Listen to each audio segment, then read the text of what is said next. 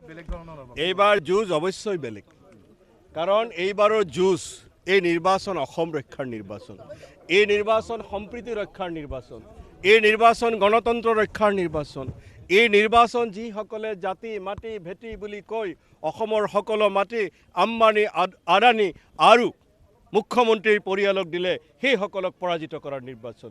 এই নিৰ্বাচন জনিয়া বাগবৰৰ মানুহৰ স্বাভিমান ৰক্ষাৰ নিৰ্বাচন, কাৰণ এই বিগত 5টা বছৰে মুখ্যমন্ত্ৰী হিমন্ত বিশ্ব শৰ্মাই যিদৰে জনিয়া বাগবৰৰ মানুহক তুচ্ছ তাচ্ছিল্য অপমান কৰিলে, সেই অপমানৰ প্ৰত্যুত্তৰ এইবাৰ ৰাইজে EVMৰ জৰিয়তে হিমন্ত বিশ্ব শৰ্মাক দিব।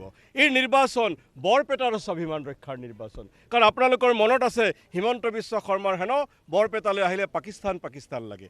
বৰপেটা যে পাকিস্তান নহয়, বৰপেটা যে ভাৰতৰ অবিচ্ছেদ্য অংশ, বৰপেটা যে অসমৰ অবিচ্ছেদ্য অংশ, বৰপেটাৰ ৰাইজে, মন্দিয়াৰ ৰাইজে, জনিয়া বাগবৰৰ ৰাইজে EVMত হাতৰ ছবি আৰু আমাৰ ভৱানীপুৰ সৰ্বগত কাঁচিহাটনিৰ ছবিত ভোট দি হিমন্ত বিশ্ব শৰ্মাক দেখুৱাই দিব যে বৰপেটা, জনিয়া বাগবৰ এইবোৰ ভাৰতৰ আৰু অসমৰ অবিচ্ছেদ্য অংশ। গণতন্ত্ৰত সকলোৰে স্বাধীনতা আছে, সকলোৰে অধিকাৰ আছে, তেওঁলোকে তেওঁলোকৰ কাৰণে যুঁজিব।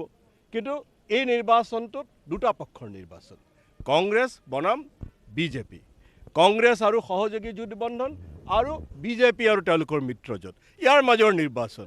বাকী যিসকল আছে, কোনে কাক ক'ত সহায় কৰে, কোনে কাৰ সভালৈ পেচাব কৰিবলৈ যায়, কোন দলৰ নেতা আগৰৰ ব্যৱসায় মুখ্যমন্ত্ৰী হৈয়ে, অকল মই আজমলো নকওঁ, হিমন্ত বিশ্ব শৰ্মাও নকওঁ, হিমন্ত বিশ্ব শৰ্মাই মুখ্যমন্ত্ৰী হৈ প্ৰথম চহীটো কৰিলে আগৰৰ ব্যৱসায়ৰ সকলো প্ৰতিবন্ধকতা গুচাই দিলে। আগৰৰ ব্যৱসায় কাৰ? হুজাৰ আজমল ডাঙৰীয়া। ইয়াত আৰু মই আপোনালোকক বুজাই ক'বলৈ কি আছে, এই আজমল হিমন্ত বিশ্ব শৰ্মাৰ জোটবন্ধনক পৰাজিত কৰাৰ নিৰ্বাচন।